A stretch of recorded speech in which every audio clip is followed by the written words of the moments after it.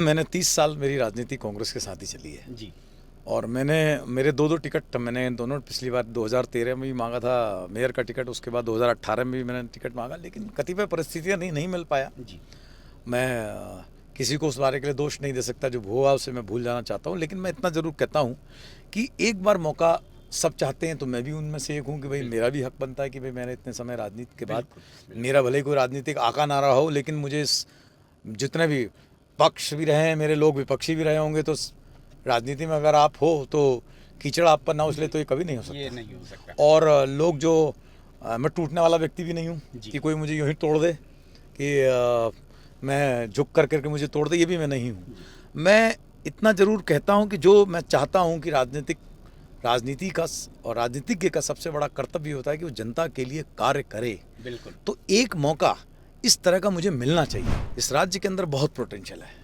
17 perennial reverse नदियाँ इस राज्य के अंदर बहती है, गंगा जैसी मतलब जीवनदायिनी नदी इस राज्य के अंदर रहती है। हमारे जल, हमारे जंगल, हमारे हिमालय, हमारी ज़मीन, वो इतना बड़ा साधन बन सकता है रोजगार का, चाहे पर्यटन क्षेत्र में हो, चाहे खनन के क्षेत्र में हो, या फिर बहुत अद्वितीय क्षेत्र हैं जहाँ पर हम बहुत बड़ा रोजगार इस माध्यम से प्राप्त कर सकते थे।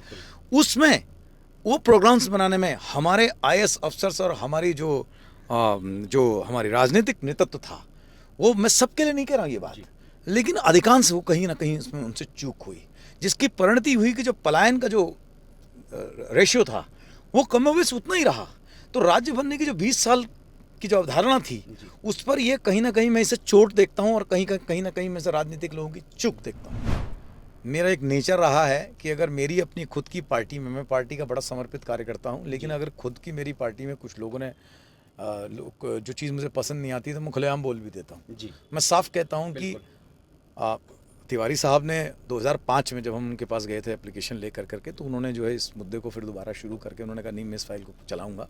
उसके बाद जब हरीश रावत जी थे, ये सत्य है कि इन लोगों ने इस फाइल को आगे बढ़ाया ज़रूर, लेकिन फिर भी जो होना चाहिए था जिस तरह से ये फाइल, क्योंकि देखिए आप मैं बताऊं, ये 3000 करोड़ रुपए का प्रोजेक्ट है। मैं सब हल्द्वानी वासियों के लिए कह रहा हूँ, आपके चैनल के माध्यम से। 3000 करोड़ रुपए का प्रोजेक्ट है। 3000 करोड़ रुपया अगर इस शहर के अंदर आएगा तो कोई रेते बजरी का काम करेगा, कोई ईंट का काम करेगा, कोई मैसन का काम करेगा या मिस्त्री का काम करेगा, कोई डंपर से, ट्रैक्टर से, घोड़ा, बुग्गी, जेसीबीज, तमाम तरह के जो कंस्ट्रक्शन के आइटम्स होंगे उसमें मुलविस रहेगा, तो यहाँ के लोगों का रोजगार बढ़ेगा, यहाँ के लोगों की आय बढ़ेगी। इसमें एक छोटा सा एग्जाम्पल देता हूँ। देखिए हल्द्वानी की जो अर्थव्यवस्था है वो बेस्ड है दो, जो मेरी नज़र में छोटी अर्थव्यवस्थाओं को छोड़ दे, दो।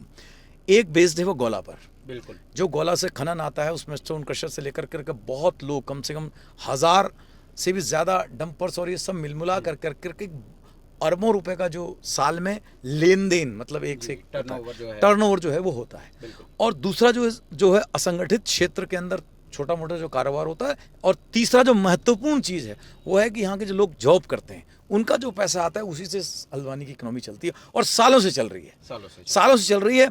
नरेंद्र तिवारी जी ने जो है 6000 फैक्ट्रियाँ लगाई, उसके बाद सो कॉल्ड, मुझे माफ़ कीजिएगा मैं किसी को इंगित करके नहीं कह रहा हूँ, लेकिन जो होना चाहिए वाले से इस बात को कह भी रहा हूँ। आप अगर गौर से देखेंगे, मैं आपको ये भी इंगित कर रहा हूँ, हल्द्वानी में जो मध्यम वर्गीय परिवार हैं उस परिवार में, क्योंकि सबके 2 बच्चे ज़्यादा होते नहीं हैं, ये हल्द्वानी में हर घर में बुजुर्ग रह गए अब, क्योंकि आपके पास फैक्ट्रीज नहीं हैं, आपके पास उनके लिए मनमाफिक जॉब्स नहीं हैं। तो वो लोग क्या करते हैं, पहले पहाड़ से हल्द्वानी आते हैं, हल्द्वानी से कूद कर करके फिर बड़े शहरों में चले जाते हैं और घर में माँ बाप रह जाते हैं। तो हल्द्वानी एक बूढ़ों का शहर बनता जा रहा है। तो आप ये बड़ी भयानक परिस्थितियां आने में रोजगार को लेकर करके, युवाओं के रोजगार को करना के क्षेत्र में देखना बहुत बड़ा मेरा लक्ष्य है। अंतिम रूप से अगर आप और प्रश्न भी पूछना चाहेंगे, मैं एक अंतिम रूप से अपनी बात कहता हूँ, मैं एक और चीज़ के बड़ा खिलाफ हूँ। देखिए उत्तराखंड में रहने वाला हिंदू, मुसलमान, सिख, ईसाई, पर्वती, गैर पर्वती, हर व्यक्ति जो यहाँ का बाशिंदा है, जो यहाँ का वोटर है, वो इस क्षेत्र का नागरिक। बिल्कुल। आज अगर इन दोनों महानुभाव से, मेरा सम्मानित है देश के प्रधानमंत्री, मेरे भी प्रधानमंत्री, मैं उनसे पूछना चाहता हूँ कि जिस महादेव ने आपको इतना शक्तिशाली कार्य करने का मौका दिया, उस मंदिर परिसर में उसी के एक ज्योतिर्लिंगों में से एक जी जागेश्वर धाम में आपका ही एमपी है, आपका ही एमपी है, वो गाली देता है, माँ बहन की गाली देता है उस बेशरम विधायक एमपी को। जी आपको सबक सिखाना ये काम आपका है। और अब मैं आपके इसके माध्यम से कहता हूं, धामी साहब अगर मेरी बात सुन रहे हैं, इसका जो भी नाम है, इस व्यक्ति पर, धामी साहब, आप तत्काल प्रभाव से इसके उत्तराखंड आने पर, गेस्ट हाउसों में, होटल पे ठहरने पर तत्काल रोक लगाएं। जिलाधिकारी को एक एक अपने यहाँ से एक पत्र प्रेषित करें कि यह व्यक्ति उत्तराखंड के अंदर इसका प्रवेश निषेध हो, जिससे कि एक नजीर बने। मैं पार्टी का कार्यकर्ता रहा हूँ और मेरा हक है जी। औरों का हक है, मेरा भी हक है। बिल्कुल। ये सच है कि मेरे ऊपर से जो है, हमारे माँ बाप कोई बहुत बड़े नेता नहीं थे, तो लेकिन संघर्ष देखो सबने किया, मैंने भी किया और लोगों ने भी किया होगा। लेकिन मुझे 30 साल हो गए, सबने शहर ने देखा है। तो अब तो मैं चाहता हूँ कि मुझे टिकट मिले। और कैसे कोई, मैं आज के दिन में कैसे कह दूँ कि अगर मुझे टिकट नहीं मिलेगा तो मैं ये कर दूंगा, वो कर दूंगा, मैं कैसे कह दूँ। लेकिन एक शेर है, बस उस शेर से समापन करता हूँ। आप और क्वेश्चन पूछना चाहें, लेकिन मेरा शेर यह है कि अभी तो खुश्क बहुत है मौसम, बारिश हो तो बोलेंगे कि हमने अपने अरमानों को किस मिट्टी में बोया है।